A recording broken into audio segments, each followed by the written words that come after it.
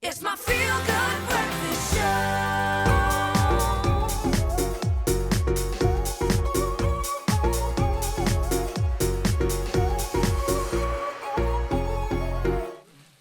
Yes, Mzansi, welcome back. Your Feel Good Breakfast Show, and it's another installment of the Culinary Hotline Bling.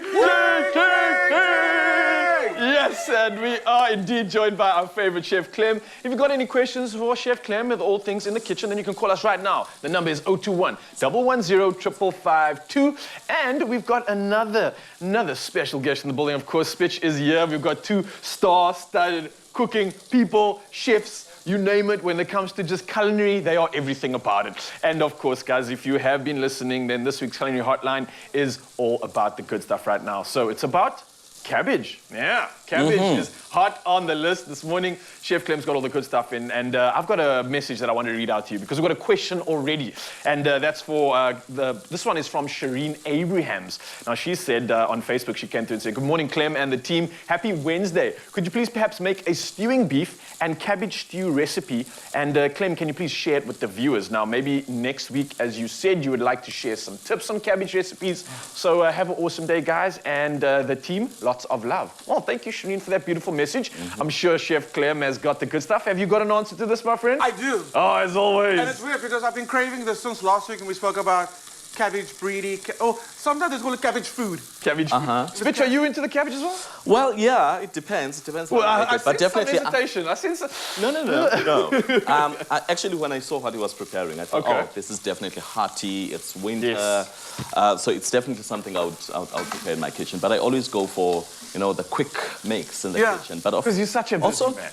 Yes, of course. But you want nutrition at the same time. You want to make sure that you meet your deadlines, and so That's true. quick meals. I love that. Yeah. Straight to the heart, nutrition, and the cabbage has got a lot of nutrition. And it's budget friendly, versatile. The amount of things you can do with cabbage, it's endless. All right. So let's get into Show us this what one. you can do with cabbage. Okay. You mentioned that you like the quicker solutions. They're not going to keep you in that kitchen for hours. Yeah, man. So Everyone wants a piece of spitch. He's got a limited time in the day. Right. So use it wisely. So this is beef. This is stewing beef. So for this dish, you would actually need to cook it for about an hour, hour and a half, just to soften that beef. Yeah. The reason this dish works so well is because, like we said, cabbage is inexpensive, potatoes inexpensive. Stewing beef, out of all the cuts that you get, stewing beef would be the least expensive. Yeah. Okay, nice. But it needs time. So I'm not going to call anyone out, right? So the original recipe, we're doing the stewing beef. Someone made this dish for us yesterday. So like, with a stew, it always tastes better the next day. Yeah. But they didn't use stewing beef. They used mince. I love mince. And I was thinking about it, wait. Maybe this isn't actually a mistake. This is a really good solution of how to, number one, feed more people with 500 grams or 1 kilogram of mince. Yeah. And number two, you're going to be in the kitchen in like a quarter of the time. But let me go through the classic.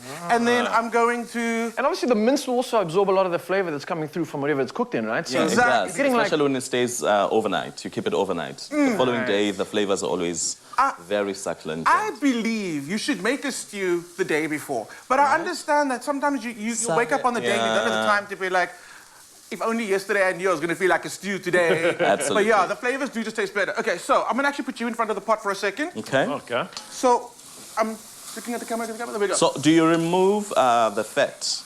No, I know no. it's stewing beef, so you also keep it Yeah, with the fat. you can also get leaner Because I can cuts. see yours is quite lean. Quite lean, yeah. You get leaner cuts of stewing beef, or you get the more fattier cuts, which is generally what I actually prefer to go for. So Unless you're prepping for your diet, then you want to go for the lean versions. Otherwise, the fat's always going to bring more flavor, right? Exactly. One stew, a day? Or not even a day, a week? Keeps the doctor Yeah. away. Right? I mean, our grandparents... It won't spoil your diet that No, much. our grandparents lived to like 350. And I'm kind of thinking, it's because they ate food like this. Yeah, they Instead lived of all off the haze processed... Have a lot of good stuff. Yeah. Okay, at the bottom of your pot, I can see all those brown little bits. Yeah. That's important. The That's a lot of flavor. flavor. So I'm going to add some water to that. Then, to it, I'm going to add a little bit of, here's the secret, Worcester sauce. Worcester sauce. Worcester sauce. Yo, I love it. One word, 3 different ways how to say it. Okay, we're all going to say it in our own version. I'm going to go first. So I say Worcester. Okay, yes? Worcester. Worcester, yeah. And you? Yeah, Worcester. Okay, Someone, honestly, I swear, like the pronunciation, Worcestershire, Yeah. wash your sister, Worcestershire. all the stuff. Wash your sister. You know, all Wash these your things. pencil. Hey, Wash your sister. it's Worcester sauce or Worcester sauce or whatever, but you don't pronounce the shire. Yeah. Okay, cool. So a little bit of that goes in there. So this Okay. is amazing because it adds intense umami flavor. And it changes the color instantly. I The like color. this because And as soon as your eyes see a stew that's got that deep, rich brown flavor, yeah. You it takes you know home it's gonna immediately rock. before you even tasted it. Nostalgia's coming through already. Right? That's Right. So I've got a rule. Whenever onions go into a pot, bay leaves go Bay with leaves, them. yeah. Then we've got a bit of garlic that's going in there. You can see the ingredients are quite... oh, like- so you put it after putting the water. Usually I'll just saute it with onion. But I was talking too much.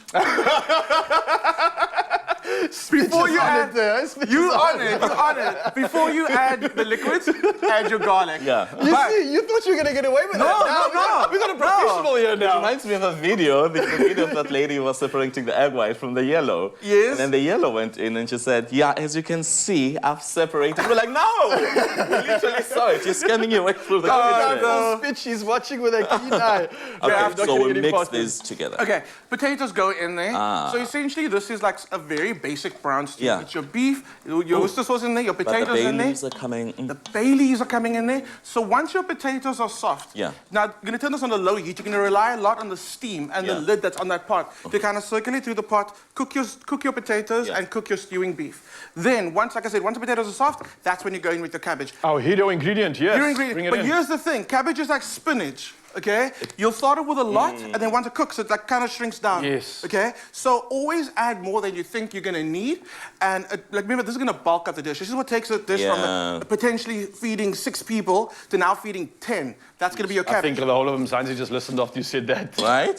Budget friendly. Yeah. Budget-friendly meals, and I'm telling you, this one will warm your soul. It is so cold right now. This is the dish that you need. Love this. And- this is exactly what I need in this weather. How would you serve that over rice? What would you serve it with? I would serve it with basmati rice. Yes. Nice. Or I can have it with pita bread. Hey, no, I didn't even think about that. That Like is a a ham beautiful. in there. Yeah, You get want to dip involved. in and Now you turn this Nice. into an experience. I'm loving this. I'm And- loving the fact that we got 2 incredible chefs out here in the kitchen right now. Zanzi, don't go anywhere. The Culinary Hotline Bring will continue in just a bit. We've got Chef Spitch and Chef Clem in the kitchen, and we'll be back in just a bit. It's my feel-good breakfast show.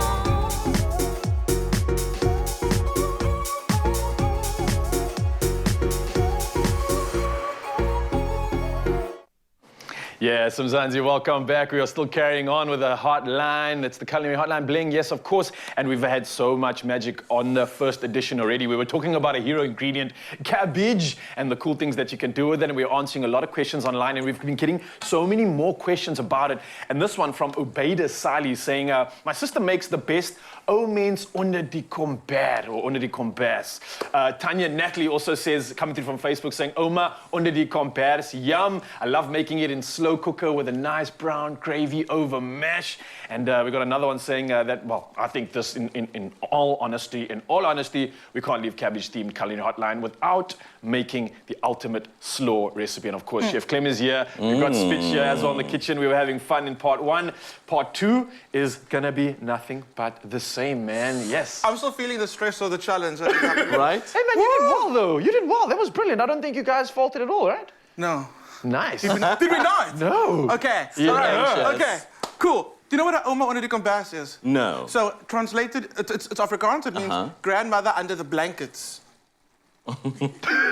Okay. Come yes. Just so So- Spitch's mind. Coming Yeah, soon. my mind raced. Coming Okay. soon to SABC 3, Friday nights at 10 o'clock. Grandmother under the The blanket. All right. Okay, so first things first. It is basically a meatball. Yeah. That's your granny. No, man. I don't mean the meatball is the emphasis on the grandparent. And then the cabbage covers the meatball. It gets Yeah. wrapped in there. So essentially that's the granny wrapped in the blanket. But I've also found other versions. There's an Asian version. I found like a... like almost every country has Yeah. a version of this dish that's Yeah. got some type of protein wrapped in cabbage. Oh, the Iranian version, which is something I need to try as well. Same thing, but small little cigar shape. Okay. So first thing you need to do is talk about your cabbage. We're using regular green cabbage. People call it white. It's more green than white. What you're going to do is you're going to take the outer leaves off, get a pot of water on the go, Okay. a little bit of salt, and you're going to add your leaves to that. You just want to soften the leaves so they can actually become malleable. They can actually shape your mince. Okay.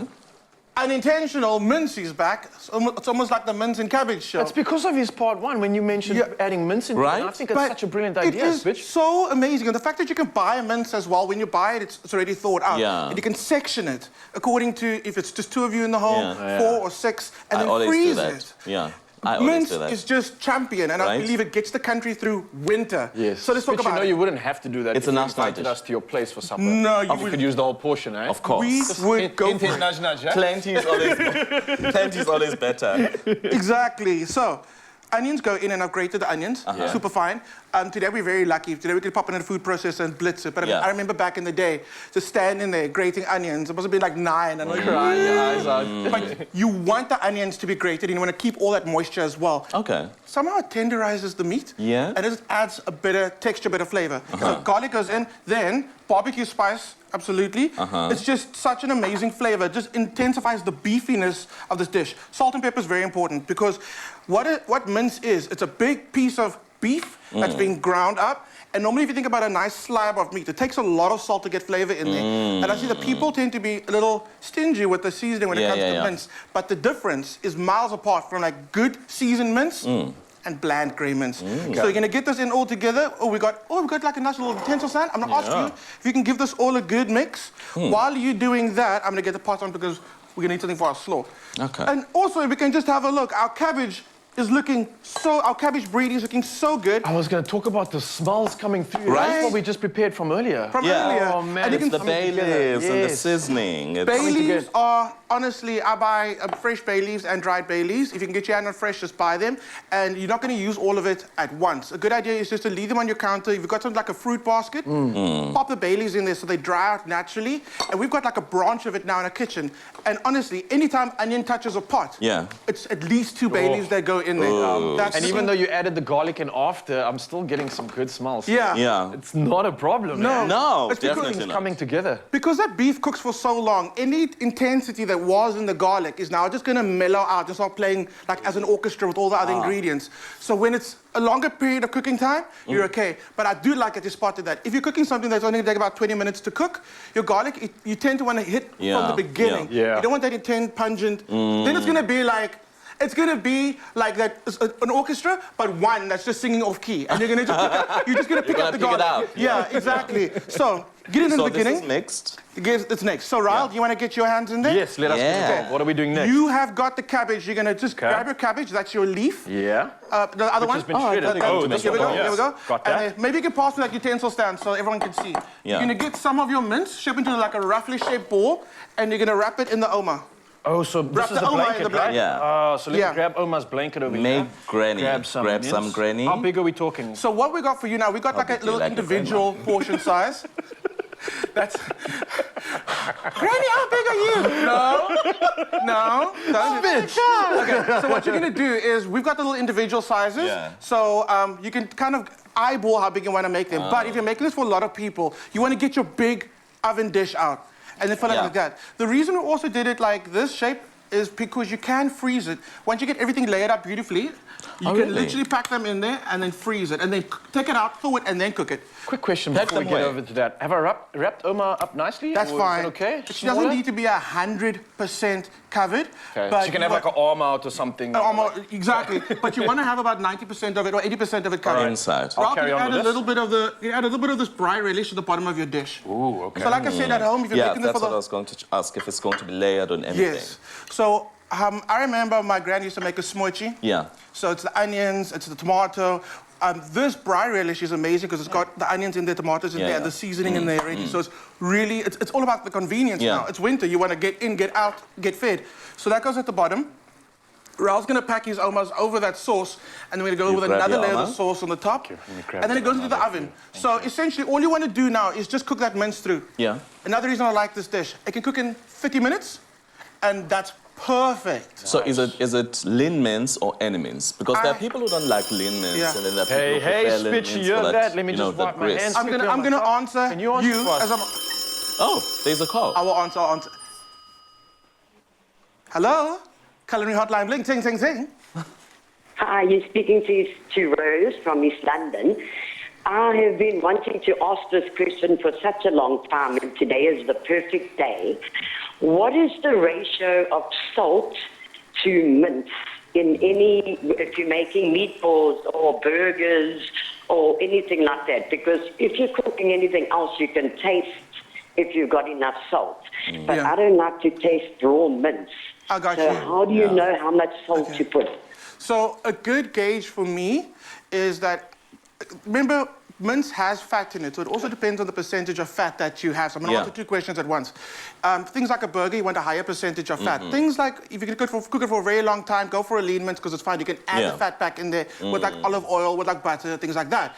So what I find is, mince that has a higher percentage of fat tends to need a little more salt, and that must be because of the fat that coats your mouth, and it kind of blocks your receptors from taking in all that flavor. So for me, when it comes to 80% lean, 20% fat mince, which is almost the regular mince that you'd get, I go for about a tablespoon of salt, okay? That's if you're making things like meatballs or if you're making these omas, okay?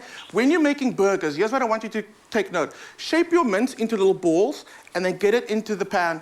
Don't season your patty or your mince separately before you shape it. What happens is salt draws out moisture. So you're going to season all your mince, then shape your patty. You're going to see it's going to kind of start getting like a bit of a sheen on it. That's the moisture being drawn out. And then when you add it to the pan, you're not going to get that perfect crust that you want.